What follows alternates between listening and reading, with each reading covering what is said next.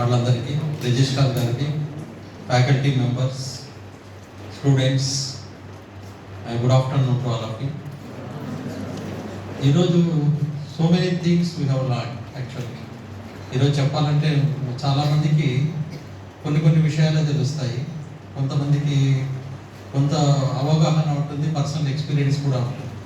ఈరోజు ఏంటంటే టోటల్ ఒక కాంప్రహెన్సివ్గా ఈ సైబర్ ఎలా జరుగుతుంది, ఇంటర్నెట్ దాని గురించి ఇవన్నీ కూడా మనము నేర్చుకున్నామని నేను అనుకుంటూ ఉన్నాను. ఎందుకంటే డే టు డే లైఫ్లో ఇవి తప్పడం లేదు మనకి.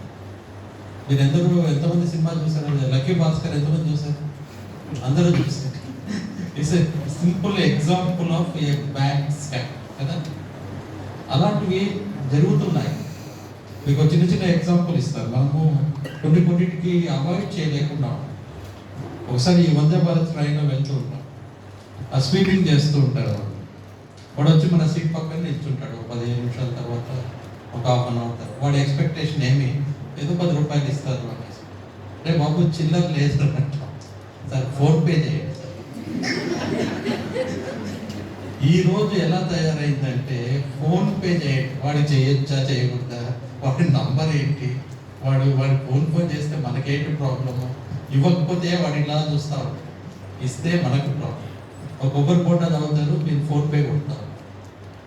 ఒక చోట ఇప్పుడు ఎన్ని ట్రాన్సాక్షన్ ఎవ్రీ డే మీరు హోటల్కి వెళ్ళినా కూడా ఫోన్పేనో క్రెడిట్ కార్డు వేస్తారు.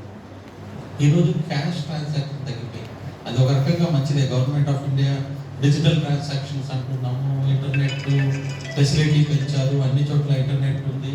తర్వాత స్పీడ్, మనం ఇచ్చేటువంటి పేమెంట్ ఉంది కదా, collecting data per GB data. I think ఇండియాలోనే చీపెస్ట్గా దొరికేటువంటి ఒకే ఒక కంట్రీ ఏదైనా ఉంది అంటే అది ఇండియానే. మీరు బ్రౌజ్ చేసేటువంటి ఇంటర్నెట్ డేటా వేరే కంట్రీస్లో ఇంత ఈజీగా ఇంత చీప్గా రాదు.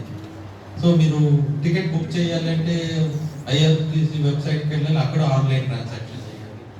ఎక్కడ పోయినా ఆన్లైన్ ట్రాన్సాక్షన్స్ ఉన్నప్పుడు సేఫ్టీ అనేది ఎలా చూసుకోవాలి మనకు తెలియదు. ఇప్పుడైతే ఒకప్పుడు ఏమిటంటే మన కాంటాక్ట్స్లో ఉంటేనే వాట్సాప్లో యాడ్ అయ్యేవాడు.